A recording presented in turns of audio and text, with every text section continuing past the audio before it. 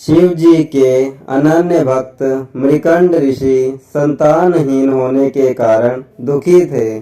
विधाता ने उन्हें संतान योग नहीं दिया था। मृकंड ने सोचा कि महादेव संसार के सारे विधान बदल सकते हैं, इसलिए क्यों ना भोलेनाथ को प्रसन्न कर यह विधान बदलवाया जाए। मृकंड ने घोर तप किया, जिससे महादेव प्रसन्न हुए। उन्होंने ऋषि से कहा कि मैं विधान को बदलकर तुम्हें पुत्र का वरदान दे रहा हूँ, लेकिन यह वरदान में हर्ष के साथ विषाद भी होगा।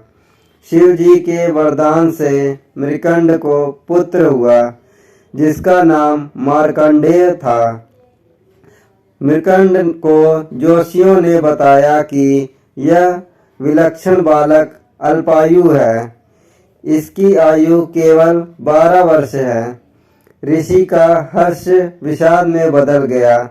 मृकंड ऋषि ने अपनी पत्नी को आश्वासन किया, जिस ईश्वर की कृपा से संतान हुई है वही भोलेनाथ इसकी रक्षा करेंगे। भाग्य को बदल देना उनके लिए सरल कार्य है। मार्कंड बड़े होने लगे तो पिता ने उन्हें शिव मंत्र की दीक्षा दी। मार्कंड की माता जी बालक के उम्र बढ़ने से चिंतित रहती थी। उन्होंने मार्कंड को अल्पायु होने की बात बता दी।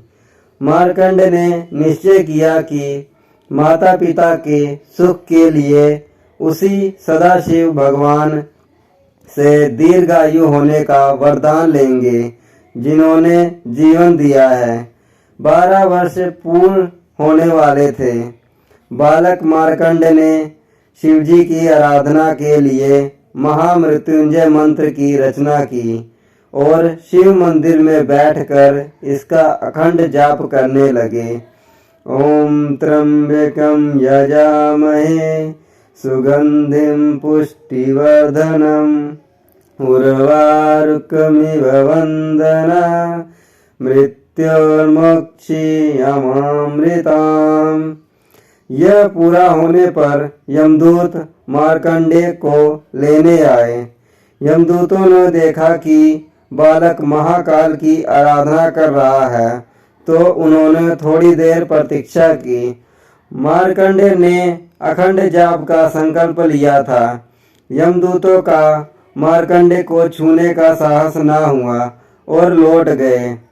उन्होंने यमराज को बताया कि वह बालक तक पहुंचने का साहस नहीं कर पाए।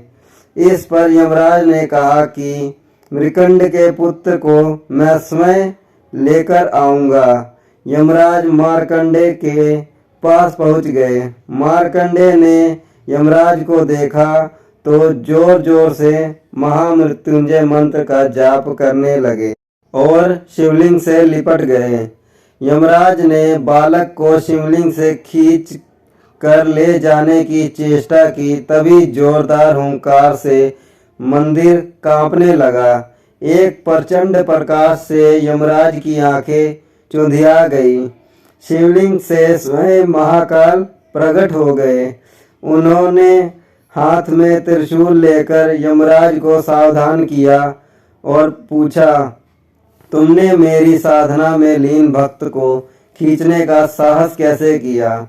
यमराज महाकाल का प्रचंड रूप देखकर कांपने लगे। उन्होंने कहा, प्रभु, मैं आपका सेवक हूँ। आपने ही जीवों से प्राण हरने का निष्ठुर कार्य मुझे सौंपा है।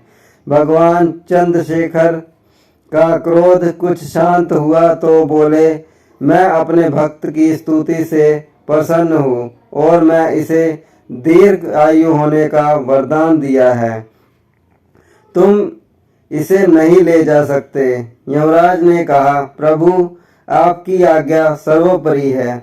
मैं आपके भक्त मार्कंडेय द्वारा रचित महामृत्युंजय मंत्र का पाठ करने वाले को त्रास नहीं दूंगा।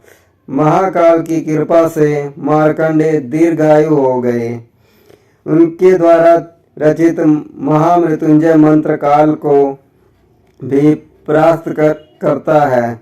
महामृत्युंजय मंत्र का जाप करने से शिव जी की कृपा प्राप्त होती है, जिससे कई असाध्य रोग, मानसिक वेदना को भी राहत मिलती है।